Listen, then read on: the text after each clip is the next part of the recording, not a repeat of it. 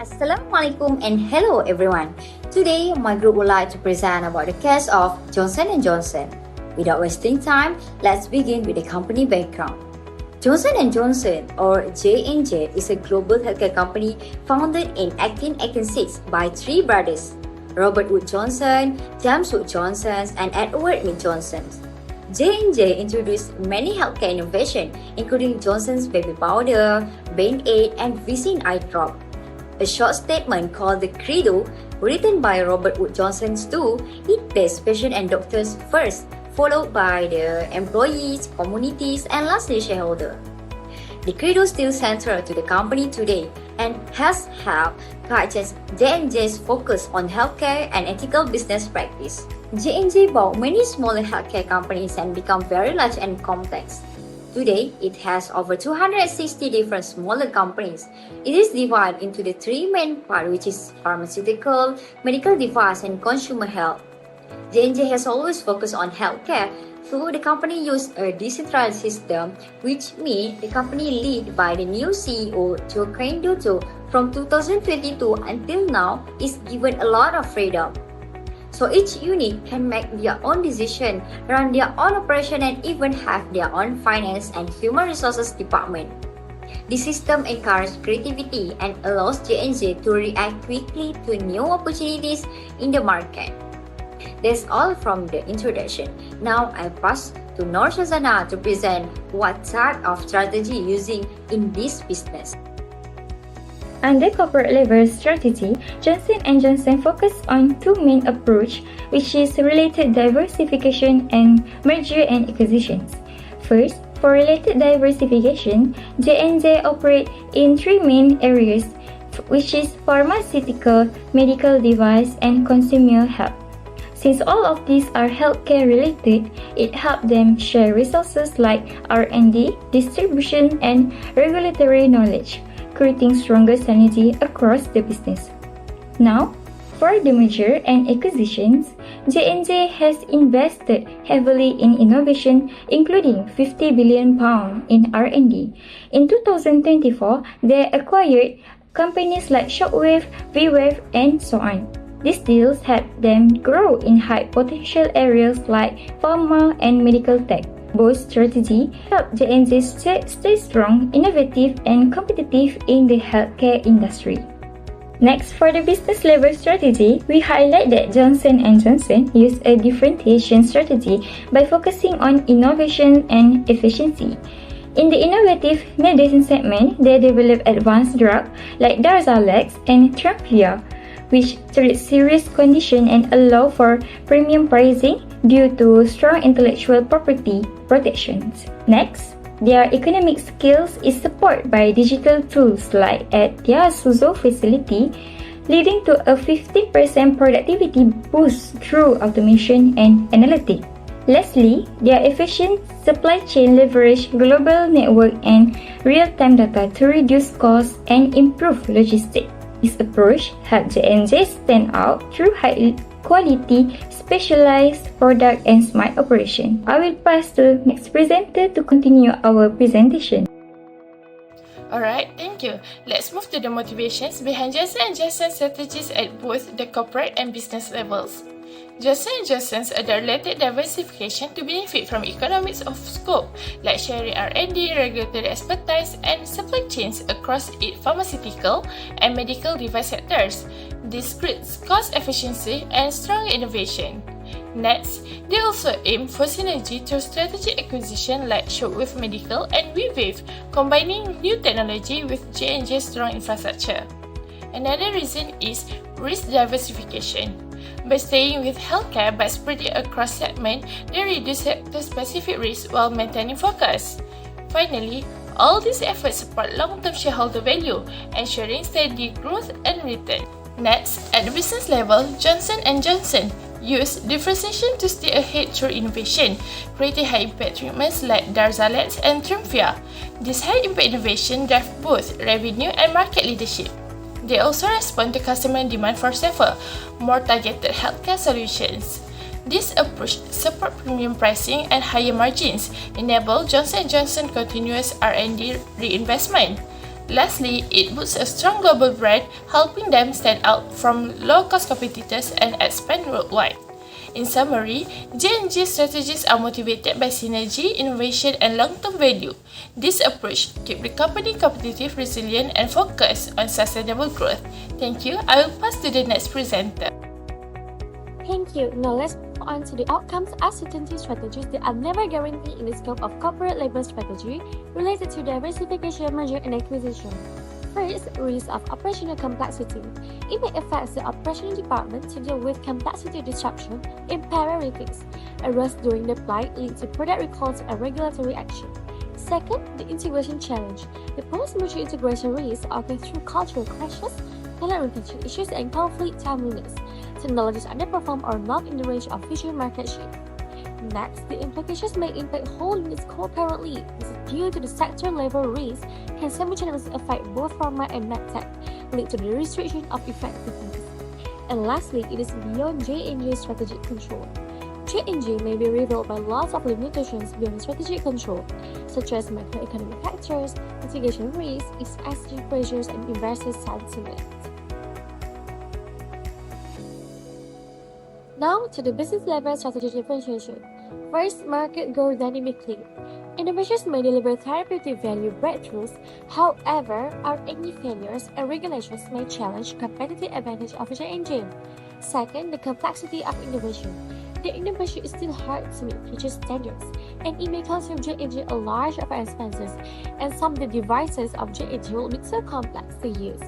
The third is the cost pressure and government pricing. J&J may constantly lead to the high-trust innovator, where any follow-up, especially in ethical, clinical, or regulation, some charted piece in J&J may be delisted. And the last is reputational damage. J&J brand equity can suffer loss in immediate with the ethical lapse, safety issues, or legal controversies. While brand reputation is affected simultaneously with all the business units by one error that has been misfired. That's all from me. Pass to the next presenter. Thank you. Thank you, Safirah.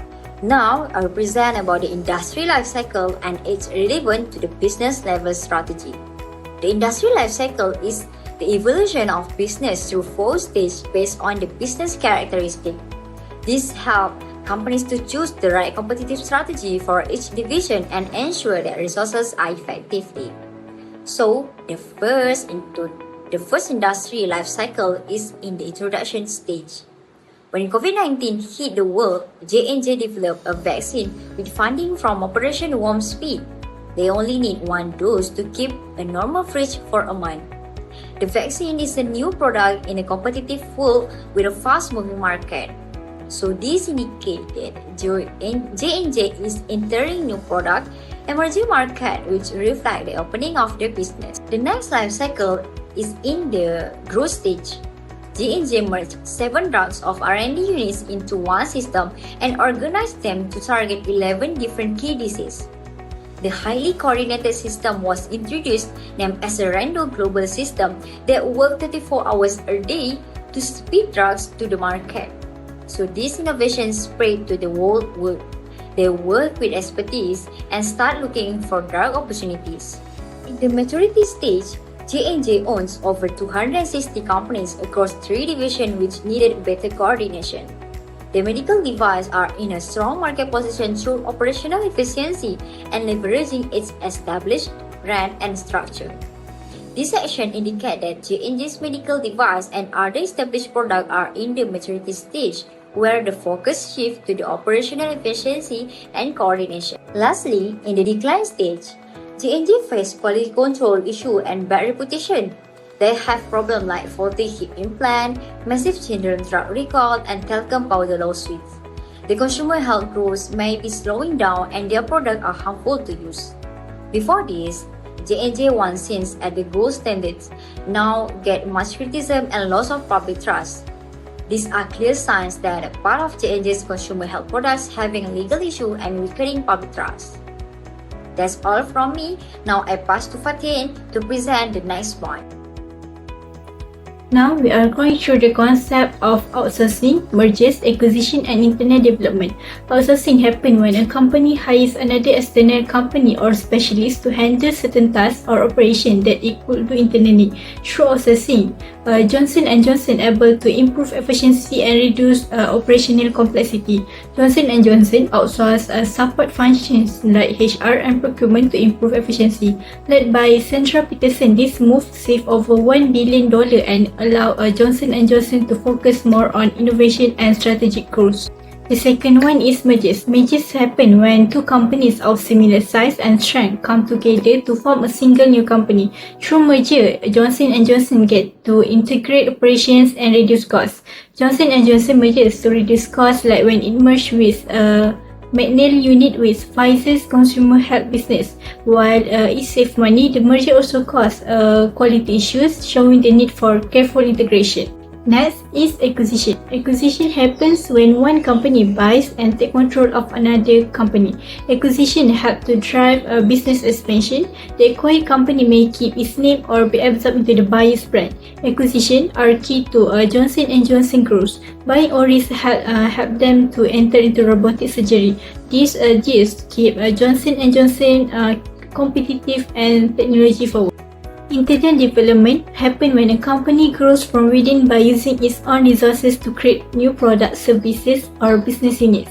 By applying internet development, Johnson & Johnson able to do innovation from within. Johnson & Johnson invests heavily in research, growing research and development spending from 7.7 billion to 14.7 billion. This led to major in-house products like COVID-19 vaccine, pain eggs, and TB treatments, proving Johnson & Johnson's strength in innovation. Next, I will pass to Shazana to continue for another part. At one relevant issue shaping the future strategy of the healthcare industry is technological advancement and digital health. The rapid rise of digital health technologies like AI, robotic, wearables, and telemedicine are changing how care is delivered, and companies must keep up to stay competitive. For example, telehealth and digital therapy are becoming common in patient care.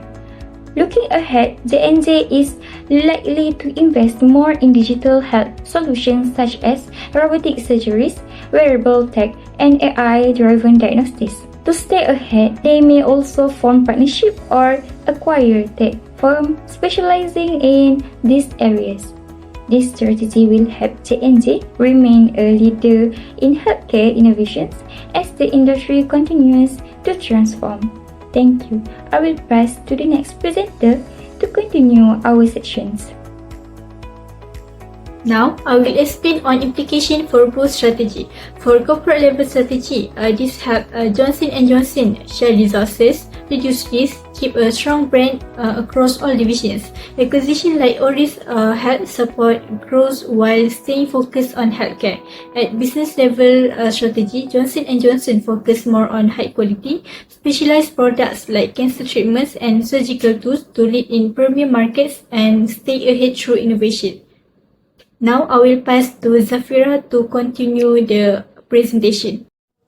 In conclusion, Johnson & Johnson use of related diversification and focus on product differentiation helps it stay strong in the global healthcare market. Through smart acquisition, the company expands its product while strengthening its core area. It focuses on innovation, especially in digital health, keep it competitive as the industry evolves. Overall, Johnson & Johnson show how being flexible and forward-thinking can lead to the long-term growth and success in meeting global health needs. That's all from us. Thank you.